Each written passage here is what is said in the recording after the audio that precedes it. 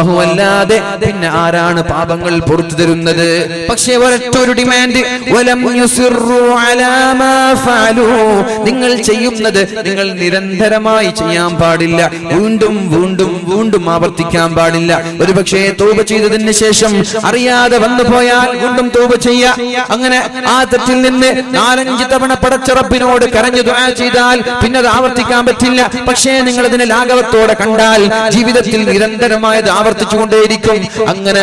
അങ്ങനെ ലഘൂകരിച്ച് കണ്ടാൽ അല്ലാഹു പിന്നെ മാപ്പ് നൽകില്ല എന്ന് മുഹമ്മദുർ റസൂലുള്ളാഹി തങ്ങൾ പരിശുദ്ധമായ ഖുർആനിലൂടെ പഠിപ്പിക്കുകയാണ്.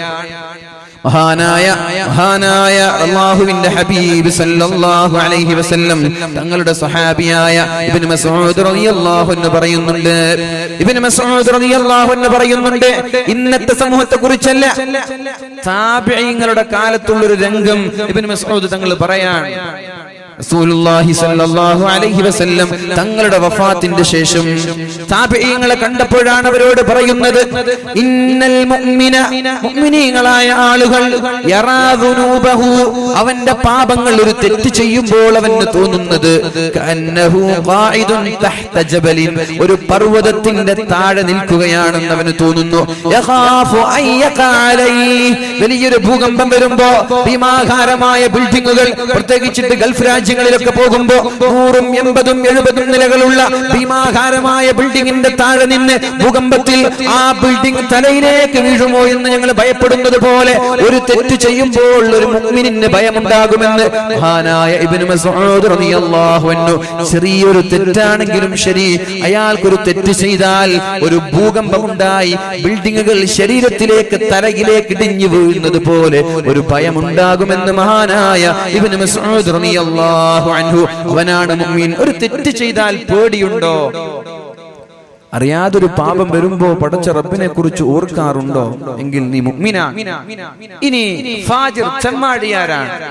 ഇന്നൽ ഫാജിറ, ചെമ്മാടിയായ ഒരു സഹോദരൻ, യറാ ദുനൂബഹു, അവന്റെ തിന്മയെ അവൻ കാണുന്നുണ്ട്. അവൻ രാത്രിയുടെ യാമങ്ങളിൽ ഏതെങ്കിലും ഒരു കുട്ടിക്കാട്ടിൽ ചെന്ന് കഞ്ചാവടിച്ചാലും, രാത്രി ഉറങ്ങാതെ വെറുതെ സൊറ പറഞ്ഞിരുന്നാലും, കള്ളു കുടിച്ചാലും, അവിഹിത ബന്ധങ്ങൾ പുലർത്തിയാലും, പ്രേമങ്ങളിലും പ്രണയങ്ങളിലും പെട്ട് ഹറാമായ സംസാരങ്ങൾ, ചാറ്റിങ്ങും ചീറ്റിങ്ങും കോളിങ്ങും വീഡിയോ കോൺഫറൻസും ഇതൊക്കെ നടത്തുമ്പോഴും അവനൊരു യാതൊരു വിഷമവുമില്ല.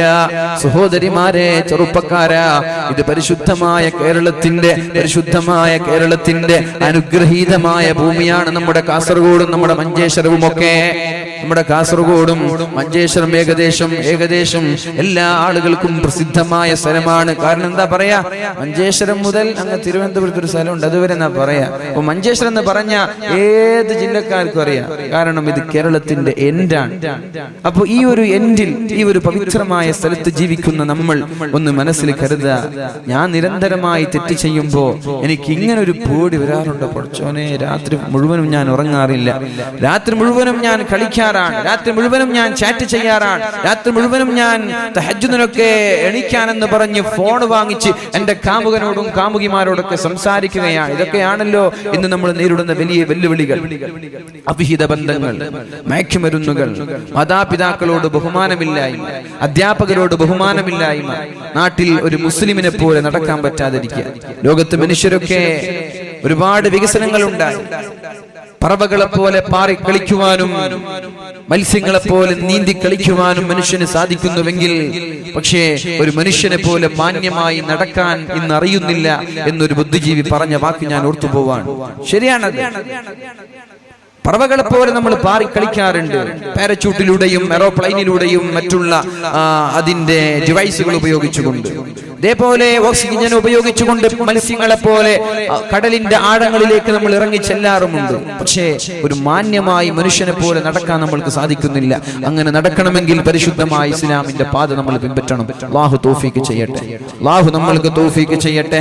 ഏതായാലും ഇബ്നു മസ്ഊദ് റളിയല്ലാഹു അൻഹു പറയുന്നു, ഒരു തെമ്മാടിയായ ഒരു സഹോദരൻ, യറാ ദുനൂബഹു, അവന്റെ പാപം അവന് തോന്നുന്നത് കദുബാബിൻ മർറ അലാ അൻഫിഹി, അവന്റെ മൂക്കിന്റെ ആ വക്കിലൂടെ ഒരു ഈച്ച പാറിപ്പോയി, അതേ അവന് തോന്നുള്ളൂ. ഒരു ഈച്ച പാറിപ്പോയാൽ നമ്മൾക്ക് പ്രയാസം. സ്ഥലങ്ങളിൽ നിന്നൊരു പെണ്ണ് പാടുന്ന പാട്ട് കേട്ടത്, ഹൽ മിൻ സബീലിൻ ഇലാ ഖംറിൻ ഫഅശ്റബുഹാ ഫഅശ്റബഹാ ഔ മിൻ സബീലിൻ ഇലാ നസൂബിനി ഹജ്ജാജി. ഒരു പെണ്ണ് വീടിന്റെ അകത്തളങ്ങളിൽ നിന്ന് പാട്ട് പാടുകയാണ് രാത്രി ഉറങ്ങാൻ കിടക്കുമ്പോ. ഹൽ മിൻ സബീലിൻ ഇലാ ഖംറിൻ ഫഅശ്റബഹാ. കള്ള് കുടിക്കാൻ കള്ള് കിട്ടുമായിരുന്നുവെങ്കിൽ എത്ര നന്നായിരുന്നു എന്ന് ഉമർ റളിയല്ലാഹു അൻഹു മദീന ഭരിച്ചുകൊണ്ടിരിക്കുമ്പോ വീടിന്റെ അകത്തളങ്ങളിൽ നിന്നൊരു സുന്ദരിയായ യുവതി പാടുകയാണ്. 21-ാം നൂറ്റാണ്ടിലുള്ള ചെറുപ്പക്കാരന്റെയോ ചെറുപ്പക്കാരിയുടെയോ കവിതകളോ പാട്ടുകളോ അല്ല. 14 നൂറ്റാണ്ടുകൾക്ക് മുമ്പ് അല്ലാഹുവിന്റെ ഹബീബിന്റെ ഉമർ തങ്ങൾ ലോകം ഭരിക്കുന്ന സമയത്താണ് പാടുന്നത്. ഹൽ മിൻ സബീലിൻ ഇലാ ഖംറിൻ ഫഅശ്റബഹാ. കള്ള് കുടിക്കാൻ കള്ള് കിട്ടിയിരുന്നുവെങ്കിൽ എത്ര നന്നായിരുന്നു എന്ന്. ഔ മിൻ സബീലിൻ ഇലാ നസ്രിബ്നി ഹജ്ജാജി. അല്ലെങ്കിൽ നമ്മുടെ മദീനയിൽ സുന്ദരനായ സുമുഖനായ ഹജ്ജാജിന്റെ കൂടെ കിടപ്പറ പങ്കിടാൻ ഒരവസരം ലഭിച്ചിരുന്നുവെങ്കിൽ എത്ര നന്നായിരുന്നു എന്നൊരു പെണ്ണ് വീടിന്റെ അകത്തളങ്ങളിൽ നിന്ന് മധുരിതമായ ഒരു പാട്ട് പാടുമ്പോഴാണ് മഹാനായ ഉമർ റളിയല്ലാഹു അൻഹു അപ്രതീക്ഷിതമായി വീടിന്റെ വക്കിലൂടെ എത്തിപ്പെടുന്നത്. ഉടനെ ഉമർ തങ്ങൾ എന്ത് ചെയ്തു നോക്കണം, ഒരു തെറ്റ് സംഭവിച്ചിട്ടില്ല, സംഭവിക്കുമോ എന്ന് ഭയന്ന് മഹാനായ ഉമർ ഇബ്നുൽ ഖത്താബ് റളിയല്ലാഹു അൻഹു നേരെ ചെല്ലുന്നത് പള്ളിയിലേക്കാണ്. സുബ്ഹി നിസ്കാരം കഴിഞ്ഞ ഉടനെ നസ്ർ ഇബ്നു ഹജ്ജാജ് എന്ന് പറയുന്ന സുമുഖനായ ചെറുപ്പക്കാരന് തന്റെ പള്ളിയിലേക്ക് വിളിച്ചു വരുത്തുകയാണ്. സുബ്ഹാനല്ലാഹ്. നോക്കുമ്പോൾ വല്ലാത്ത മനോഹരമായ മുടി. നമ്മുടെ ചെറുപ്പക്കാരുടെയൊക്കെ ഹെയർ സ്റ്റൈൽ ഉണ്ടല്ലോ, ഒരു ഭാഗം ചെത്തിവെക്കുന്ന ഒരു സ്റ്റൈൽ ഉണ്ടല്ലോ. തലയുടെ 3 ഭാഗങ്ങൾ ചെത്തിവെച്ച് മുൻഭാഗങ്ങളിൽ മാത്രം അല്പം നീട്ടിവെച്ച് അത് തന്നെ നെറ്റിയിലേക്ക് വളച്ചിട്ട് ഹറാമായ രീതിയിൽ മുടിവെട്ടുന്ന ചെറുപ്പക്കാരാ. അലം യഅ്നിൽ ലദീന ആമനൂ അൻ തഖ്ശഅ ഖുലൂബുഹും ലിദിക്രില്ലാഹ് വമാ നസല മിനൽ ഹഖ്. പരിശുദ്ധമായ ഖുർആനിന്റെ താക്കീത് കേട്ട് നന്നാവാനുള്ള സമയമായിട്ടില്ലേ? പരിശുദ്ധമായ റമളാൻ ഒന്നിന് പിറകെ ഒന്നായി കടന്നു വന്നു, എന്നിട്ടും നിനക്ക് നന്നാവാനുള്ള സമയമായിട്ടില്ലേ? അലം യഅ്നിൽ ലദീന ആമനൂ. ആരെയാണ് നീ പിൻപറ്റുന്നത്? ആരുടെ മാതൃകയാണ് നീ ഫോളോ ചെയ്യുന്നത്? ആരാണ് അങ്ങനെ ഒരു ഹെയർ സ്റ്റൈൽ നമ്മൾക്ക് പഠിപ്പിച്ചു തന്നത്? ഉമ്മമാരെ, ഇങ്ങനെയും വിരുദ്ധമായ വൃത്തികെട്ട രീതിയിൽ ഹെയർ സ്റ്റൈൽ കട്ട് ചെയ്തുകൊണ്ട് വീട്ടിലേക്ക് കയറി വരുന്ന മക്കളെ നമ്മൾ 2 കൈയും നീട്ടി സ്വീകരിക്കാറുണ്ടല്ലോ.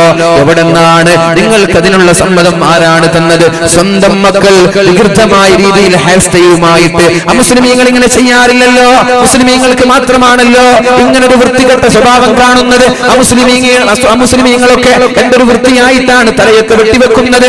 ഏതോ പാശ്ചാത്യന്റെ ചീഞ്ഞാറുന്ന സംസ്കാരങ്ങൾ, ഏതോ ജൂതന്മാരുടെ ഇംഗ്ലീഷ് സിനിമകളിൽ കാണുന്നത് നമ്മൾ ഇങ്ങോട്ട് ഫോളോ ചെയ്യുകയോ? നിങ്ങൾക്ക് മുമ്പുള്ള ആ സമൂഹത്തിന്റെ വിരോധാഭാസങ്ങളെ, തോന്നിവാസങ്ങളെ നിങ്ങൾ പിന്തുടരാൻ തുടങ്ങിയാൽ നിങ്ങൾക്ക് നാശമുണ്ട് എന്ന് മുഹമ്മദുർ റസൂലുള്ളാഹ്. അതുകൊണ്ട് ചെറുപ്പക്കാരാ, അങ്ങനെയുള്ള തലകൾ ഞാൻ നിങ്ങളെ കുറ്റപ്പെടുത്തുന്നില്ല. ഇനിയെങ്കിലും നമ്മൾക്ക് ബോധം വേണം. ഇനിയും അങ്ങനെ ഒരു സ്റ്റൈലിൽ നമ്മൾ തലവെട്ടരുതേ. മാന്യമായ രീതിയിൽ ആളുകളെ വെറുപ്പിക്കാതെ നല്ല അച്ചടക്കത്തോടെ ജീവിക്കാൻ ശ്രമിക്കണം. അതാണ് ഖുർആൻ ചോദിക്കുന്നത്. ഇങ്ങനെയൊക്കെ വാലുകൾ നടന്നിട്ട്, ഇങ്ങനെയൊക്കെ റമളാനുകൾ വന്നിട്ട് നമ്മൾക്ക് അല്ലാഹുവിനോട് പറയാൻ പറ്റുമോ? പടച്ചറബേ, എനിക്ക് പഠിപ്പിച്ചു തരാൻ ആളുകൾ ഉണ്ടായിട്ടില്ല എന്ന് പറയാനുള്ളൊരു അവസരം നമ്മൾക്കുണ്ടോ? യൂട്യൂബിൽ ചെന്നാൽ ലക്ഷക്കണക്കിന് വാലുകൾ, വാട്സപ്പിലൂടെ വരുന്നത് വാലുകൾ തന്നെ. എവിടെ നോക്കിയാലും വാലുകൾ. മദ്രസകൾ കൂണുപോലെ വളരുകയാണ്. എവിടെ പോയാലും ഉസ്താദുമാർ, ഖുർആൻ ക്ലാസുകൾ, ഇങ്ങനെ നിരന്തരമായി ഒന്നിന് പിറകെ ഒന്നായി വാലുകൾ നമ്മുടെ വിരൽ തുമ്പിലേക്ക് കടന്നു വരുമ്പോ അല്ലാഹുവിനോട് എനിക്ക് അറിഞ്ഞിട്ടില്ല, ഞാൻ കേട്ടിട്ടില്ല എന്ന് പറയാനുള്ളൊരു അവസരം നമ്മൾക്കില്ല. അതുകൊണ്ട് നന്നാവണേ. ഖുർആൻ ചോദിക്കുന്നത് പോലെ അലം യഅ്നിൽ ലദീന ആമനൂ.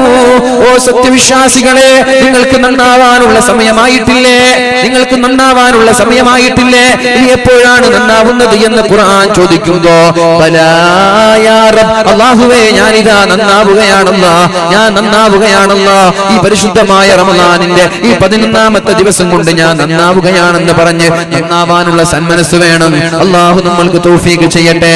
ഉമ്മമാരെ, ചെറുപ്പത്തിൽ തന്നെ ചെറിയ ചെറിയ കുട്ടികളെ നിങ്ങൾ എന്തൊക്കെയോ വൃത്തികേടുള്ള ഹെയർ സ്റ്റൈൽ കൊടുക്കാറുണ്ടല്ലോ, തന്റെ മകനൊന്ന് ഭംഗിയായി കാണട്ടെ എന്ന് പറഞ്ഞിട്ടൊക്കെ ചെറിയ ചെറിയ കുട്ടികളെ വൃത്തികെട്ട രീതിയിൽ നിങ്ങൾ ബാർബർ ഷോപ്പിൽ കൊണ്ടുപോയി മുടി വെട്ടാറുണ്ടല്ലോ.